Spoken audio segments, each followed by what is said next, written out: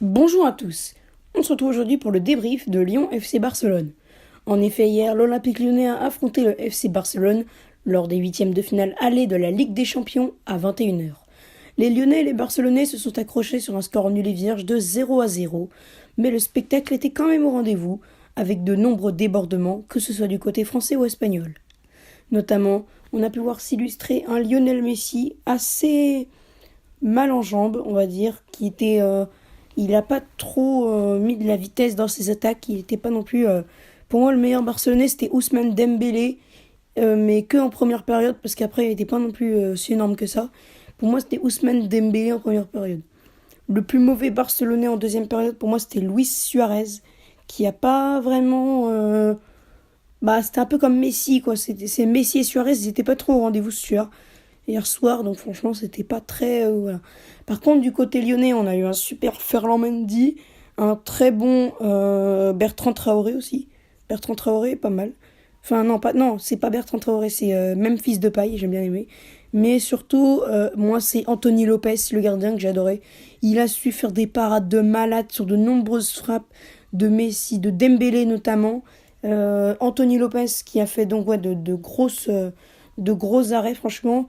Non, pour moi, c'est l'une des révélations, Ousmane Dembélé. Moussa Dembélé aussi n'a été pas mal. Ouais, c'était bien. Pour moi, Moussa Dembélé, il est bien. Après, par contre, Oussem Aouar, il aurait pu aller beaucoup plus vite que ça, je trouve. Il allait pas trop vite. Il pensait pas aller vite, quoi, tu vois. Il était pas non plus très. Aouar, c'était pas trop ça.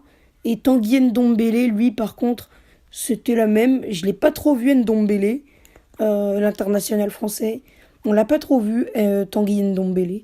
Mais on espère que ce sera mieux, hein. Et du coup, l'autre match, donc Barça-Lyon, ce sera, je crois, le 13 mars à 21h au Camp Nou. Donc, devant, bon, allez, je pense qu'il y a 70 000 personnes au moins. Peut-être 60 000. Et puis, si l'Olympique Lyonnais parvient à marquer un but, on rappelle que c'est les buts à l'extérieur, ça compte double. Donc, Lyon a encore plus de chances de se qualifier au Barça, ce qui serait quand même un coup de tonnerre en Ligue des Champions et qui laisserait le PSG avec moins d'adversaires, avec le Real Madrid, le Bayern, la Juventus et l'Atlético.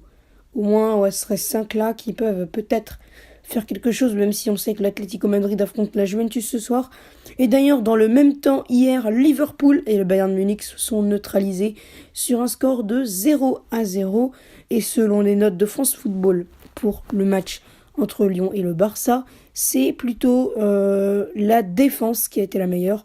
Donc avec le gardien, hein, le schéma défensif était très bon. C'était 7 sur 10 la note pour Anthony Lopez et pour les autres. Mais par contre, ouais, il y en a qui ont vraiment pas trop brillé. Par exemple, Luis Suarez, je crois qu'il a eu 3. Donc, franchement, c'est pas. Voilà.